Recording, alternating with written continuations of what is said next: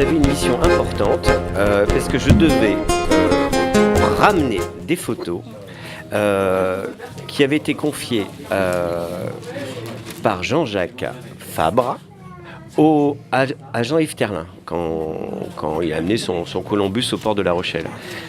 Alors Jean-Jacques est avec moi. Et alors c'est quoi ces photos, Jean-Jacques? J'en prends une au hasard, par exemple, celle-ci. Peux-tu la commenter? Eh bien, c'est dans le chantier Pinta.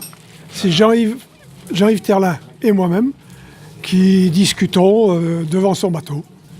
Alors, t'es UAP à l'époque? Alors, Oui. on voit juste la remorque. Elle date de quelle année cette photo? Il y a prescription. Hein,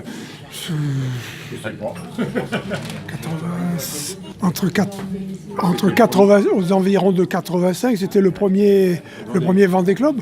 Alors, c'était le premier Vendée Globe. Il a été mis à l'eau en septembre 86. Moi, j'avais là, donc c'est bien en 85.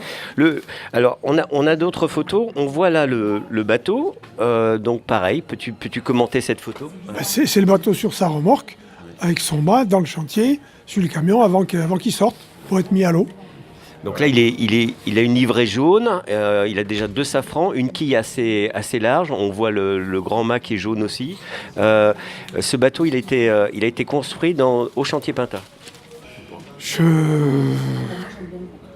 ne peux pas répondre. Je me rappelle plus. Jean-Yves qui pourrait le dire. C'est Jean-Yves, il faut demander à Jean-Yves. Moi, non, je ne peux pas répondre. A priori, non, en tout cas, il a été floqué là. Alors après, on voit d'autres photos. On voit par exemple la quille avec le terme UAP, parce que le bateau il s'appelait UAP. Le sponsor. Ouais. C'était le sponsor. Et alors, on a tous les artisans qui ont travaillé sur le bateau, on a tous signé sur la quille. Voilà.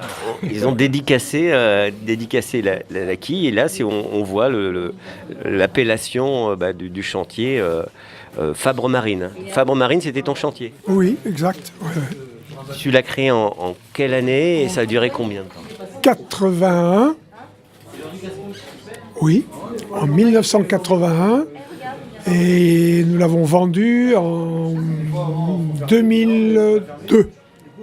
Alors, qu'est-ce qu'on y faisait dans ce chantier? Tout ce qu'on pouvait faire sur les bateaux. La domotique, toute l'électricité, l'accastillage principalement. Et moi, mon hobby, c'était les grands mâts et monter les enrouleurs. Alors, on voit par exemple là une autre photo, c'est justement l'étrave de UAP Médecins Sans Frontières. Et là, on voit déjà des cadennes et puis on voit deux enrouleurs. 2 enrouleurs Profurl que j'ai personnellement montés et qui ont fait la course. Donc le Boc Challenge d'abord, et puis après le Vendée Globe. Alors alors le Boc peut-être, le Vendée après, il y a tellement longtemps. Voilà. Ouais, alors dans la chronologie, ce bateau a été mis à l'eau pour faire le Boc Challenge, que Jean-Yves a terminé, et puis il s'est aligné après au premier Vendée Globe, où il a abandonné dans les mers du Sud, suite à son dématage, et puis au bout d'une 60aine de jours, il a rejoint Cape Town, et c'était vraiment la libération de Nelson Mandela. Eh ben merci, monsieur. Jean-Jacques. Et puis ici, moi j'ai la chance de voir ce matin quelques anciens, et puis j'espère pouvoir leur tirer un petit peu, pas les verres du nez, mais quelques mots autour du café pour qu'ils nous racontent un petit peu cette épopée de la course au large un peu à La Rochelle.